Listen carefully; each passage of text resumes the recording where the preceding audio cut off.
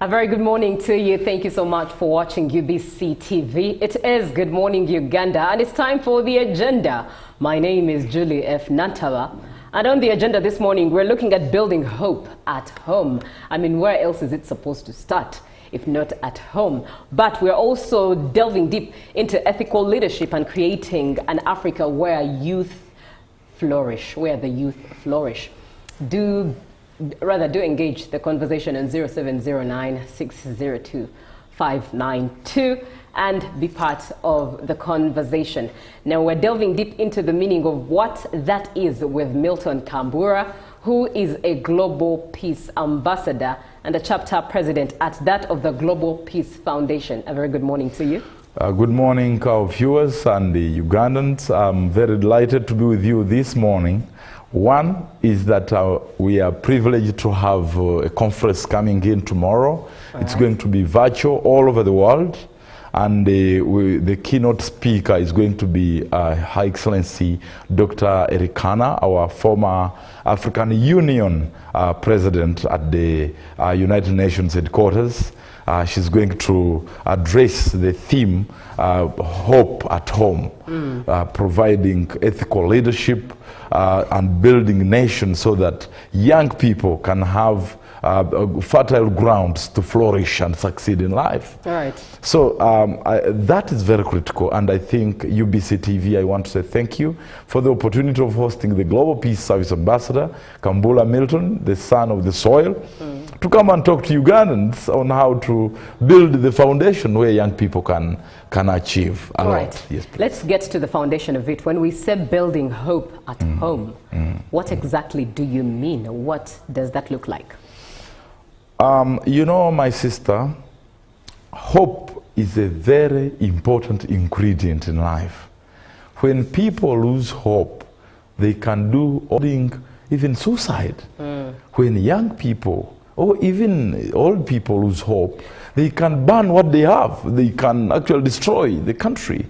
And you remember when these people, some of the cult leaders of some funny religions, told us that Jesus was coming back again in 2000. You remember, people did not pay loans. People went around selling their properties. I remember I was in Zambia looking in the skies saying, waiting for Jesus. Waiting for Jesus to land. And somehow I said, okay, there is a power in hope. And I am not meaning that Jesus won't come back. He will come back. Don't lose hope. But the hope I'm talking about is about a nation where every citizen has some sort of imagination that things will work out, that tomorrow things will be better. But then hope does not just remain like, then you just sit and say, Katonda jakusindika emmere, like those children in the desert who came from Israel, from Egypt to the promised land. At some point they say, okay, God will always feed us. Now when Jesus resurrected as per the Christians, he left us the Holy Spirit according to the Bible. And then the Muslims also say that peace be upon him, Muhammad, peace be upon him, that these religious leaders taught us that in Christ, in Muhammad, in God, we have hope that things must change.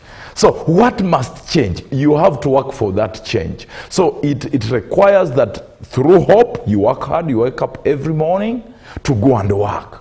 But you're going to work with integrity so that you build a family values that children therefore can grow respecting the elders, can wake up also and go and work with the elders, can go and create innovations, that innovations don't kill, the innovation that don't kill. Then they can go to get education, that they can come to the media like this early morning. I've come to work with you to discuss and dialogue and cause consensus. Basically, we must do some roles on your part and my part. Then we can build a country called Uganda, an Africa that we call our continent, a world with peace and harmony. But that hope must be based on common shared values, common shared vision, that then we understand and appreciate that we relate to each other, that even if you're from Karamoja or I'm from Kasese, somehow we must find win-win kind of position where both of us can work to build a company and share the profit. We must find win-win kind of position where both of us can work to build a company and share the profits, and then we go back home. That is how we will be able to benefit from the power of hope, and that's what we're going to discuss tomorrow. Young people no longer have hope because corruption in Africa is increasing. They have no jobs. They are losing the hope. And then the young people are seeing the environment having been destroyed. Then they have no food. Right. Then the wars are everywhere in every part of the continent. Then they become refugees. Then they have no food. Right. Then the wars are everywhere in every part of the continent. Then they become refugees. They are losing hope because technological transfer, the innovations that Africa is being left behind, they have no hope that they can make a phone, that they can manufacture a car, that they can own land. Land is very expensive. But then they are also losing hope that the values are getting lost in the population. Every old person is not an example. So they want to relate to us. They want to be like us. But they say, but look at this one. He is immoral. This one is a thief. This is a criminal. But they are looking for hope that then they can become superstars in sports. But how much do our governments invest in sports talent, in innovations, in value addition, in industrialization? Then we lose them to the rest of the world. They go to abroad. They run away. Others escape through the Mediterranean seas of this world, the Indian Ocean. They go trying to look for greener pastures in the name of asylum. Others even look for risky means, and they die while looking for possibilities to achieve. So I want to say, my sister, I think for Uganda's case, this debate is very relevant, right. And as Africa is very relevant. And tomorrow I seek all Ugandans to participate. Please participate. There will be a banner on your screen. Please go to www.globalpeace.com/register. You will be able to attend. But that powerful woman of God is going to talk to you. Is going to give you position paper tomorrow as a parent. How do you turn your home as a fertile ground to give your children hope that they can become great champions and great leaders and great billionaires and great diplomats in the world? That woman is hope that they can become great champions and great leaders and great billionaires and great diplomats in the world. That woman is a former African Union ambassador to the United Nations. She has been discussing with the American presidents, African presidents, Asian presidents, World Bank, IMF, but now she's retired, and Global Peace Foundation, our organization, is working with her to make sure that the Ubuntu philosophy, the common shared values of interconnectedness, teamwork, love, forgiveness, hard work, living for greater good, those values that can be the basis to create an ethical society where young people can actually harvest talents and blessings God has put in them. Right, very profound at that. You are watching UBC TV. It's time for the agenda. And on the agenda this morning, we're looking at building hope at home and ethical leadership and creating an Africa where youth can flourish. Be part of the conversation, 0709-602-592. Tomorrow is the Ubuntu conference, as Milton Kambura has rightly expressed that indeed is painting a gist on this particular conversation. Milton Kambura is a Global Peace Ambassador and the chapter president of the Global Peace Foundation. We do appreciate you for being in on the conversation. So 0709-602-592. Now, Milton, looking at matters leadership, how does quality leadership, in your perspective, at home shape the quality of leaders we end up with, especially from within the circles of the youth, given that Africa has one of the youngest populations in the world, and looking at Uganda in itself, Uganda has one of the youngest populations. 75% of Uganda's population are young people. But how does quality leadership impact them on being the citizens they ought to be for Africa as a continent? Wow, my sister, that's a very pregnant question. And I believe I will not be pregnant. I'm a man. But I will endeavor to answer your question. Right. And I am saying that you are very right. Quality leadership in a country actually influence the quality of young people. Right. In terms of how they must also aspire to be leaders. So they basically learn from us. The classroom of young people is just to look at what old people do. That's all. It's not the qualification, the PhDs that we have or what. Okay, they're important. The curriculum is important. But as a teacher of CRE, you remember we used to CRE was Christian Religious Education in the school. But as a CRE teacher, or an Islamic religious education teacher in a secondary school, did you know that some of these teachers don't look or walk look like the subject they teach? So they are teaching religious education, but they are the biggest liars, the thieves, the criminals in the classroom, in the school. So yet the students look at these teachers. Okay, I think let's attend his lecture so that we pass the exam. So their purpose is not to look to be like you because you are the opposite of what you teach, but they are there in the classroom for the fact that you have been contracted to be a teacher. The same way that in Africa, most countries have not delivered moral and innovative leadership. And because of the elders failing to demonstrate that type of leadership, the young people therefore must look where to get the right leadership from. And so most of them, you will end up aspiring to be criminals, aspire to be terrorists, others will lead coups, because you have not led them in a direction where young people must live morally right, socially responsible, economically productive. So leadership, therefore, is a very critical element which provides a mirror for young people to be able to aspire to be. So if we want young people to be peaceful, is the leadership in the country respecting and integrating and guided by peaceful values? Because a leader who actually breaks down civic engagement and civic discourse in a country will nurture a rioting country.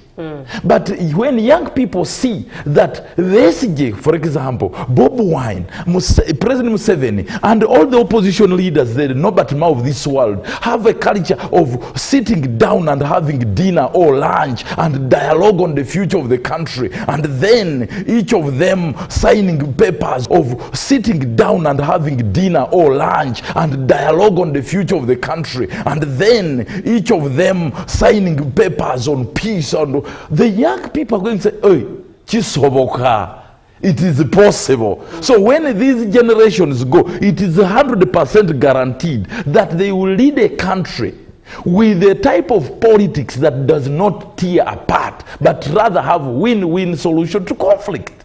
And so we must be careful to say that young people are fools, young people are useless, young people are, we don't need them. Apart from God, the next blessing Uganda and Africa has are its young people. This rich and amazing demographic position where 70% and above are young people. That's something we must use quickly to actually transform our Uganda or Africa, because this is fresh energy. Because countries like South Korea, researchers are showing us, my sister, that in the next 30 years, because of the lowering of this demography, South Korea may be no more. It will have lost its indigenous population. Look at Japan, the same. Look at Canada, they are opening up policies where they are saying, bofunisa omukazi olubuto tujja kuwa omusaala. Omuwala bofuna olubuto tujja kuwa omusaala.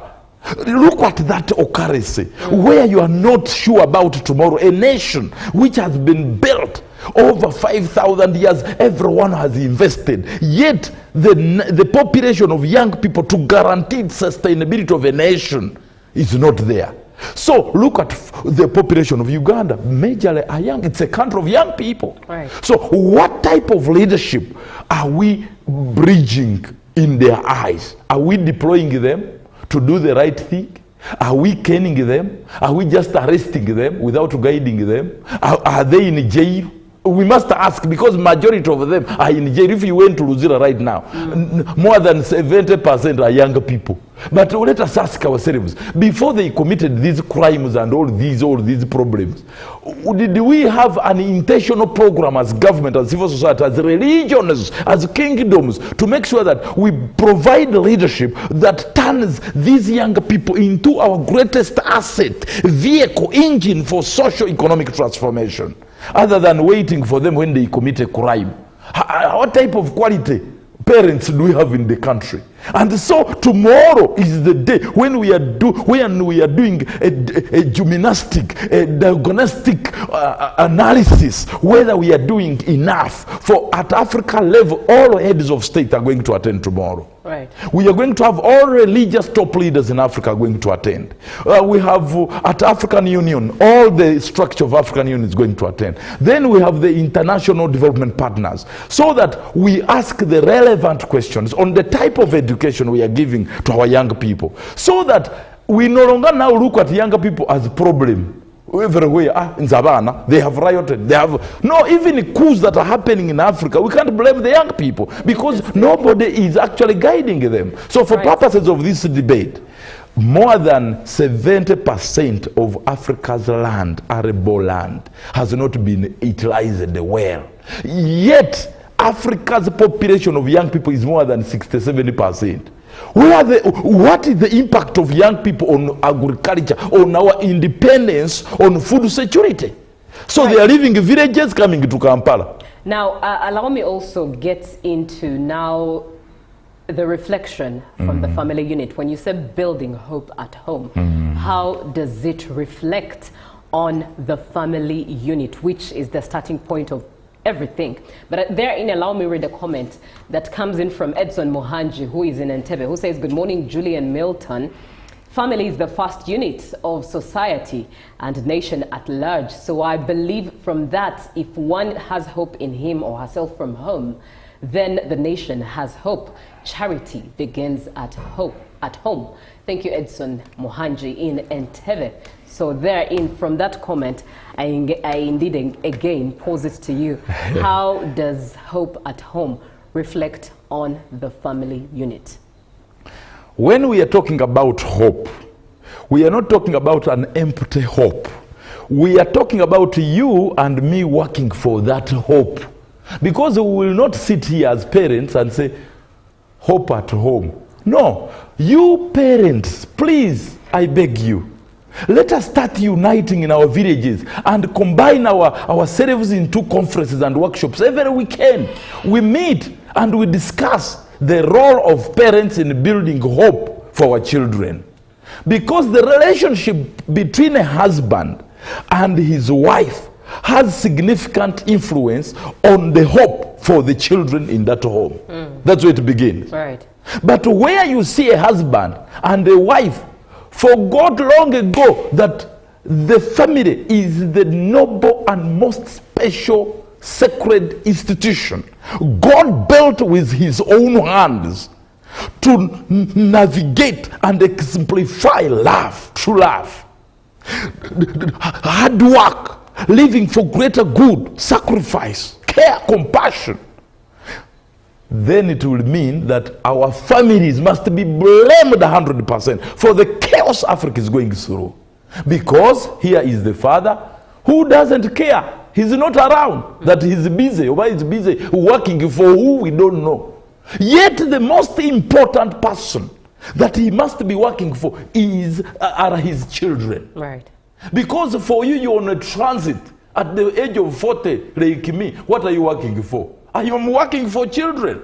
Are you going to live as children who are just empty-headed criminals, bad citizens for Uganda? No. When you leave, they will be in Luzira.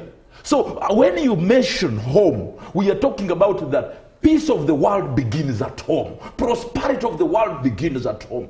Technological advancement begins at home. True independence of Africa and revolutionary achievement of these goals, SDGs, even National Development Plan 4, everything, the protection of the environment, the promotion of human rights and human dignity begins at home. But where a parent is a doormat, you marry a wife, he doesn't understand these components, even why this woman got married. The man doesn't know why he married. They found themselves like mistakes, problems to each other in the home. They are always throwing each other spoons on the head. So spanning, when you are a cursed woman, you are useless. I don't know even why I am here, but you have 10 children. Please, I'm telling you, put down those tools of fighting and anger, forgive one another, sit down and relax, and know that you are not in that institution by mistake. You are there by God's ordainment and deployment, to the extent that your role is to love your husband. As a husband, your role is to love your wife. Then when children see you in love, then they say, wow, we were born at the right time. A world of peace, a world of love. Then they will also practice the same in the future when they open marriage, when they open families. Now, listen to me. A father must have a vision for his family. The countries in Africa don't have a vision, because in the family, nobody has taught us that a man must provide a vision for his family. That even when the father has died, the vision must continue being implemented by those who remain behind. Not selling land. That's what the President Museveni is talking about. That it must end, this thing of Manyumusajja Fude to Gabane. So you mean I was in the world to work ahead for 50 years for my properties to be shared by these lazy idiots? Do you understand what I'm talking about? I am working for my children and my wife so that when I leave, these properties, if it is land, they can build a factory. They can be able to open a school on that land, so that they can, this trust called the Kambula Trust, can move to complement government's effort in fighting poverty. So, but then we don't have someone to teach us. So this debate I'm having here on the TV is that for us to give hope to young people in this country, so that they can now lead us into the transformation the world is going into the 21st and 22nd century. You and me as elders, we must do our work right. One, at home. Right. Don't beat your wife when children are seeing, because now it will mean no hope that the mother will still be in the home. You woman, do your work as ordained by the motherly commandment of God, that please submit to your husband. When you do your role, then the children will have hope that the mother will still be there, the father will not divorce his wife, and then the children will be there without a mother. And so maybe you'll be a single mother or be a single father. So basically, in the detail, is that none of us is perfect, but we can start somewhere. The school, you're a teacher. How are we going to provide hope to the children? We have 400 young people in schools in Africa. All these are going to be unemployed. Can you imagine? Because we have a very funny curriculum. But I am very delighted to inform you Ugandans that tomorrow at the same time, actually on 20th to 21st, Uganda is hosting the second International Curriculum Development Summit and conference in Munyonyo. And more than 600 education experts from all over the world are going to be in Munyonyo, in a Commonwealth Resort Munyonyo. And I am privileged to address those participants on 21st of this month. Right. And Dr. Tony Devine who is our vice president, is the keynote speaker of this important conference in Commonwealth Resort Munyonyo. So the education frontier, if you're a teacher and I'm talking to you right now, please, we will not have hope. The young people will not have hope. And then when young people don't have hope, the country has no hope. And nobody will live,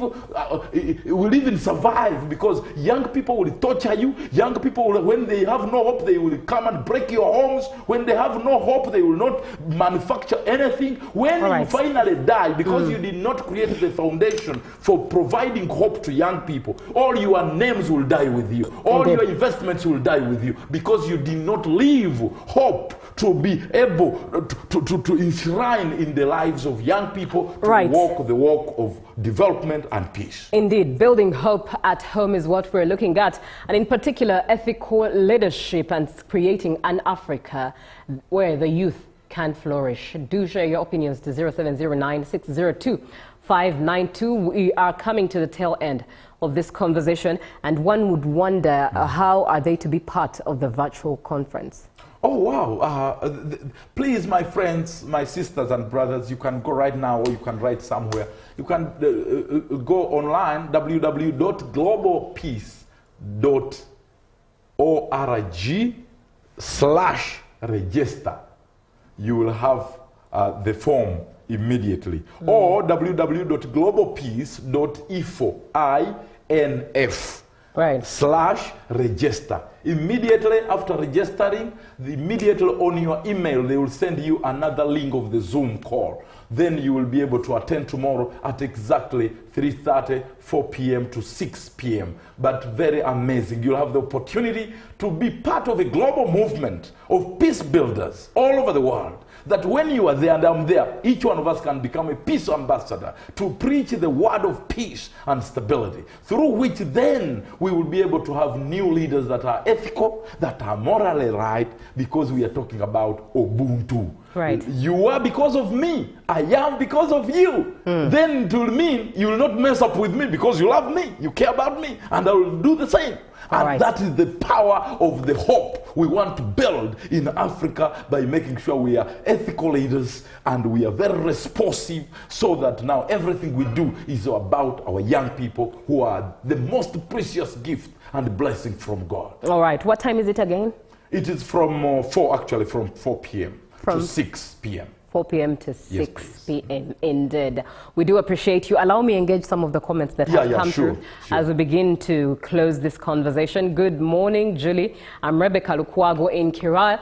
Let's embrace the young generation for income generation and development. I always engage my children in an economic activity here in my sitting room, and we'll look for fees together during the holidays. Nice one. That's I have 6, but sometimes I feel the number is less. Let's empower them starting from home and always pray together. Playing together. You are doing a good job, Rebecca. Rebecca, and, thank you, you're a champion. Hello, this is Pastor, his voice, Frank Sebata. This is a poor parenting culture in Africa, where potential and skill is not celebrated, but rather opposed. So there's a need of parenting intelligence, that we save the next generation, or else the youth will be the next era. All right, thank you very much, Pastor His Voice, for being on the show. And as we bring this to a close, Milton, what is your final remark? My final remark, basically, I want to say that in a few days from now, each one of you will realize that artificial intelligence and technology advancement is going to actually collapse more than 800 jobs. Can you imagine? We are in an era where rapid transformation is happening, and they are not going to wait for you. No, there is no manya what voluntary manya you don't want to know.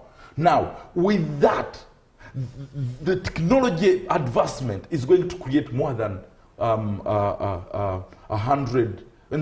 billion jobs very soon. 1 billion jobs all over the world.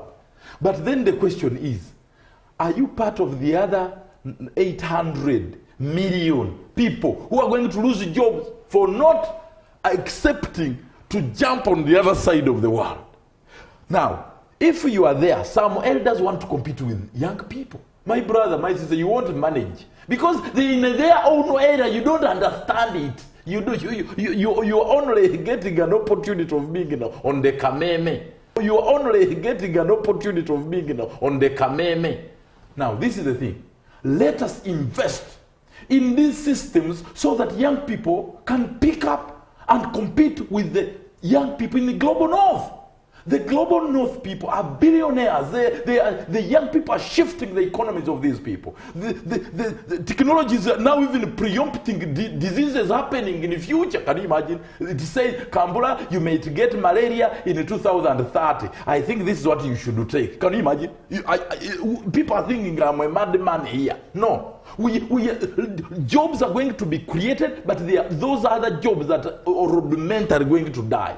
Right. Now, my conclusive remark is these young people are our only hope, because we must prepare for the World Cup. You are not the referee. Uganda is not the referee.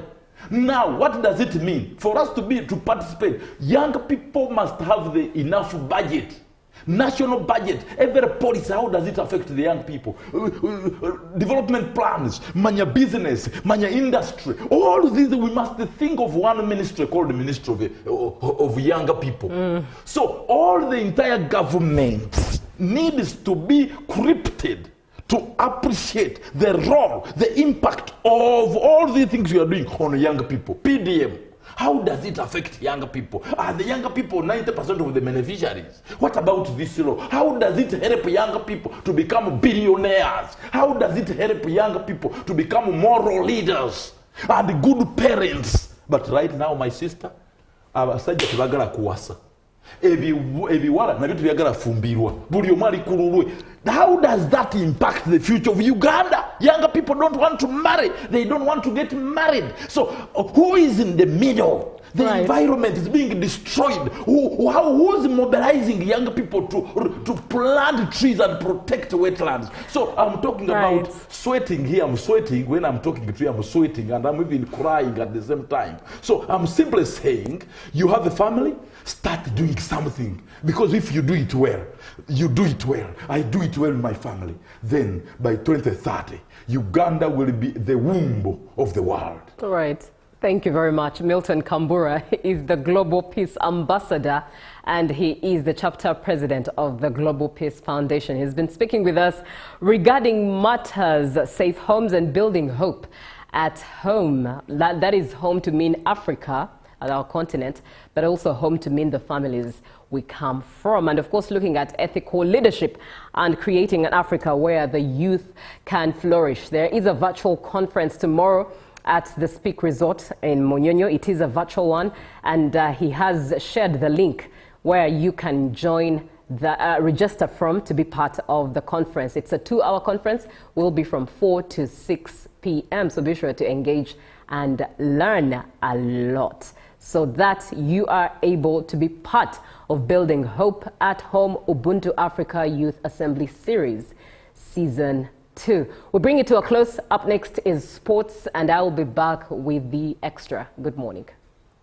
It has been a pleasure.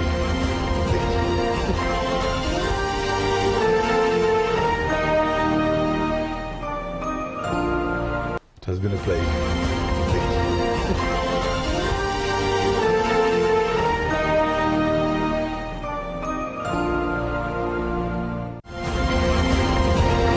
Live from UBC Studios in Kampala, this is Good Morning Uganda.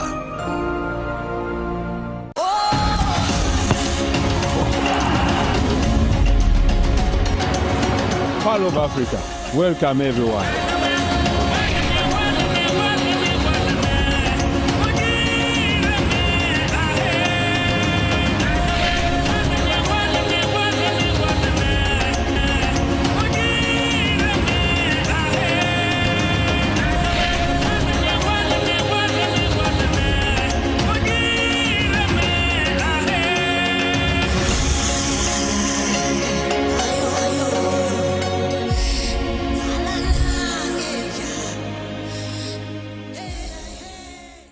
My question is, what is the difference between rental tax and income tax? How comes I'm paying both taxes on my own premises? If you want to have a tin, but you are not making any income from your business, you should take on the obligation to continue filing your nil return. Commissioner General, to invest in taxation. When people understand taxes and they know the importance of taxes and they know the fair assessment of these taxes they're supposed to pay, I think everybody will embrace taxation. As banning groupage cargo, clearance protects small traders who cannot afford to import full container loads individually and rely on consolidation to remain competitive. Cargo to come in groupage is consolidation, it's legitimate, and we can't ban it. What we have banned, or what we have stopped, is the use of container leaders. Now, Fiona, the good news I have for you is that among the new tax proposals, now you can get direct answers. Send your tax-related questions via WhatsApp or SMS to 0790-141-887 and the Commissioner General of URA, John Musinguzi, will personally address them. Tune in to UBC News Tonight every Monday and Wednesday for expert insights and clear explanations. Buza Commissioner. Live from UBC Studios in Kampala, this is Good Morning Uganda.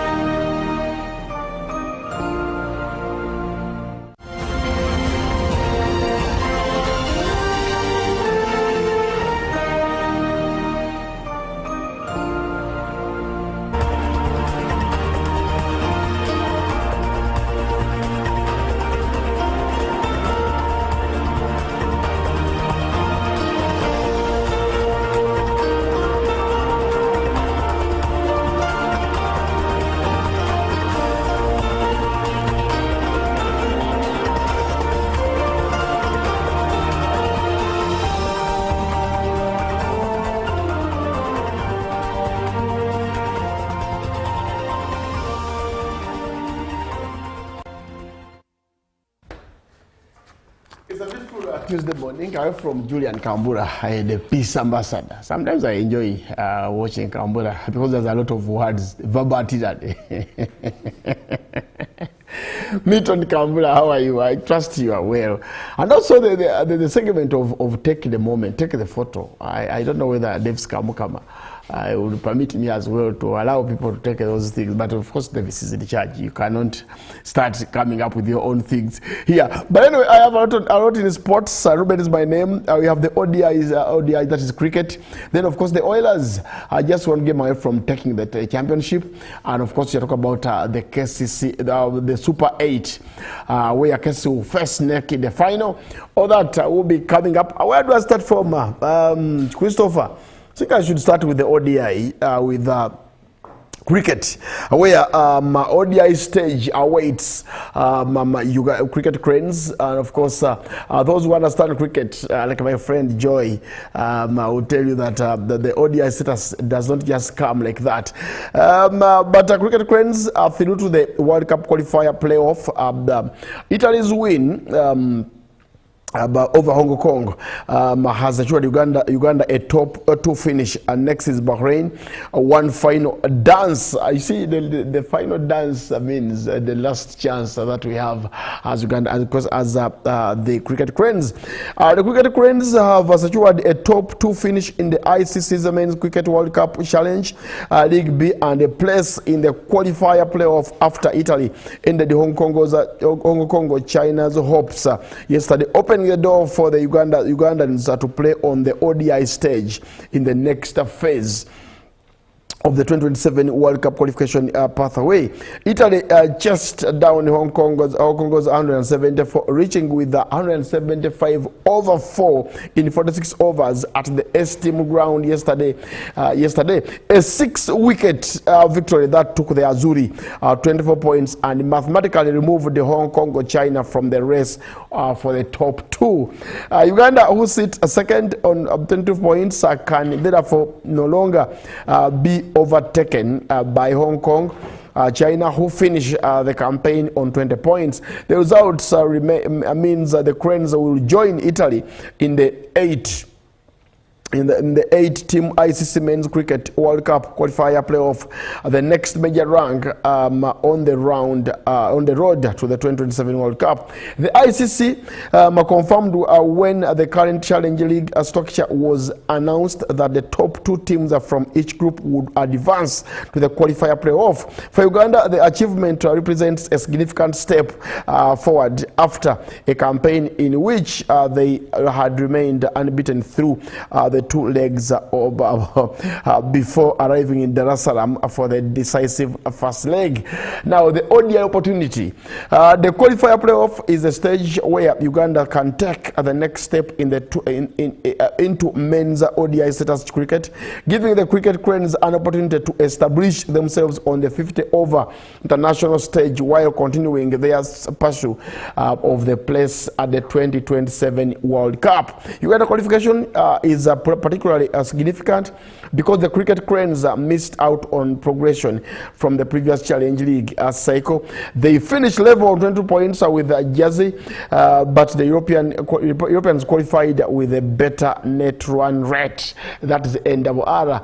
So now some will never understand what I mean by ODI. And the man from Chirimia, the man who always listen to at Magic 100 FM, can never talk about ODI. Not even Ajat can talk about ODI. I doubt. Anyway, but from the cricket into matters basketball, the Oilers are 1 game away from the championship. Yes, a Fired Ballan team. 1 game away from the championship, and I'm pretty sure that City Oil, if they win game 5 or they lose game 5, we shall go to game 6. I would love to see them lose game 5 so that we have the final for game 6. Okay, the 10-time basketball league champion City Oilers moved to within 1 victory over one victory over reclaiming the championship after edging Namungo Blazers. That was 78-73 that was on Sunday night. The victory gave the Oilers a 3-2 lead in the best of 7 series, leaving them needing just 1 more win to regain the title they surrendered to Namungo Blazers last season. American guard Patrick Rembert and Michael Sefba calls him Patrick Remba.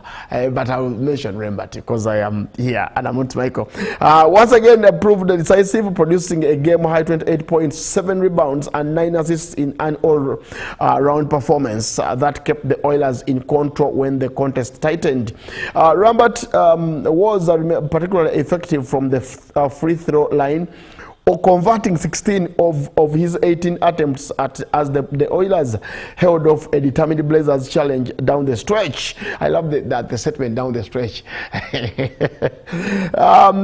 Reigning MVP Joel Lukoji contributed for 14 points, while Jonathan Komagum added 10 points and 6 rebounds for the champions.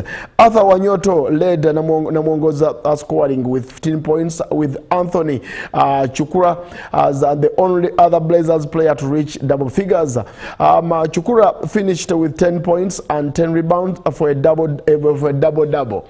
It's called a double-double in basketball. The physical nature of the contest was reflected in the foul count, with foul trouble affecting both teams and adding to the tension in the closing stages. Namungo lost Fataki Nyembo to fouls in the 4th quarter, while Rembert, who picked up 2 quick fouls in the opening quarter, spent much of the final period playing with the 4 fouls. Despite the pressure, the American remained central to the Oilers' effort, making key plays and free throws as they protected their narrow advantage to secure a crucial victory. That is the Oilers. I miss the Oilers team that had Kami, players like Akoma, Jeff Omondi. Jeff Omondi was a small Kenyan, a small player who used to play. For me, it could do wonders there. And I also miss Norman Bleak, the lanky, small player. Norman, I used to enjoy Norman and Lorin Kasao play. Lorin Kasao played for the Warriors and Norman was playing for Power at a time. Norman Bleak, one of the best players I've watched in my time. I don't know whether NASA has also followed basketball to that level. But for me, I will tell you that NASA, I've watched Norman Bleak play from the time of starting and retirement. And I've not seen a player like Norman Bleak when it comes to shooting. The small man who would actually show that around the D, around the paint, is effective. But anyway, away from basketball, away from Norman and Kami left some few years ago for Rwanda. He never returned, and the same applies to Laundry Ndikumana, one of the big guys at the Oilers a few years ago, who was really a thorn in people's. Anyway, let me just forget about the Oilers and go into the Super 8. Where's the Super 8 here?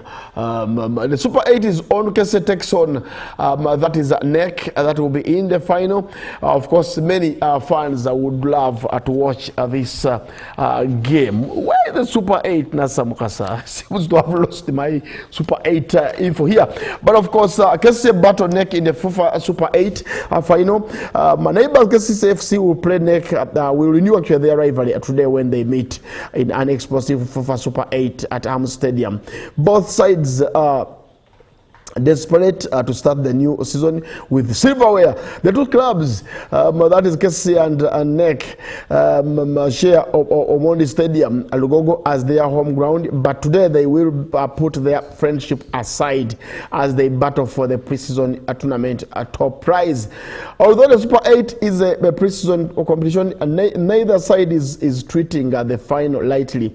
Victory would provide an important boost ahead of the 2026-27 Uganda Premier League season, which kicks off on August 28th, while also bringing much-needed silverware to either club. KCCA have actually gone 7 years without winning any trophy, despite a significant investment in players, coaches, and the development of the Omondi Stadium. The lack of silverware has attracted criticism from fans and other stakeholders, increasing pressure on the club's leadership.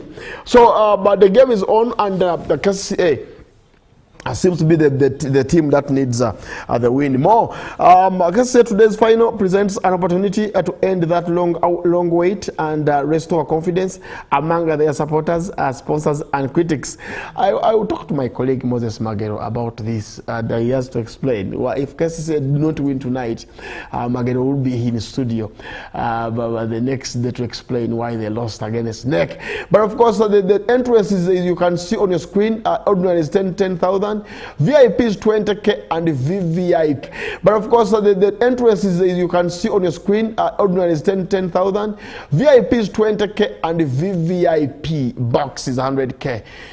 So the Nasa Mukasas of controller have got to go for the VVIP tickets, not the 10k for these Murondos and Hajat Jusha. They've got to go for the big ones. For I see that's one time I had a meet and greet and only had 2 fans. Kauzi and Murondo, and ones who came, others said, now who is this man called Nas? I love the fact that that's how I was telling me that we have a meet and greet. I said, me, I cannot be around. I'm going to the farm anyway. And then he told me, we'll give you feedback. When I went for the pictures, for the footage, I already saw Julius Kauzi, the manager, and then Murondo, the treasurer.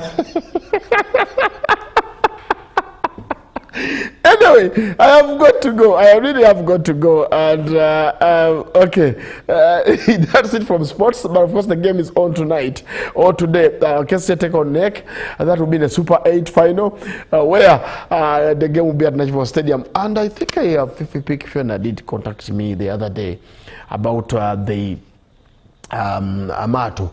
I think I'll get it Thursday. Tomorrow I have guys from the Premier League starting on weekend from Cork. They will be coming here in studio. I think Thursday we shall have the Amato Uganda, where Ben Misaga, the man of Villa Flour and Villa Water, is in charge of that. Will be telling us what to expect from the Amato. But for now, I have got to go. Thanks so much for those who have been watching. watching UBC TV. And for the team that has been here, I think Julie has done a great job, tremendous job to sit in for Robert, who is not well. Robert, we pray that you recover soon and get back to the team. And of course, Julie will be returning, taking you through extra. But before you go, I want to thank Christopher Murondo, who's been so much on point today, Christopher. Shafik Semanobe and Davis Kamukama, the conductor in charge. Good job, well done. And that's Mukasa, the man who normally has an issue with me when I come in studio every early morning. But the meet and greet must happen this year. I wonder whether where it will be. But this time I will also come. I will make sure that I'm part of it. As to take the numbers to 3. From Kauzi to Christopher, then I'll be the third person. So we shall be inviting us.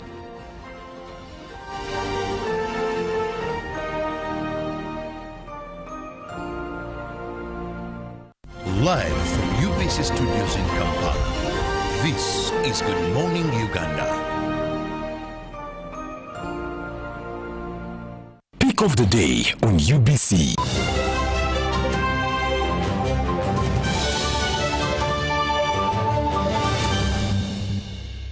Was brought to you by I'll call you every day, yeah yo, baby dondolo. You can now get all the Chibuzi out with MTN voice bundles. Call all networks, Kubei Dondoro. Buy a 25-minute voice bundle for only 1,000 or buy any daily voice bundle of your choice. Dial *100 *21 hash and select daily or use the My MTN app. When we talk together, we are unstoppable.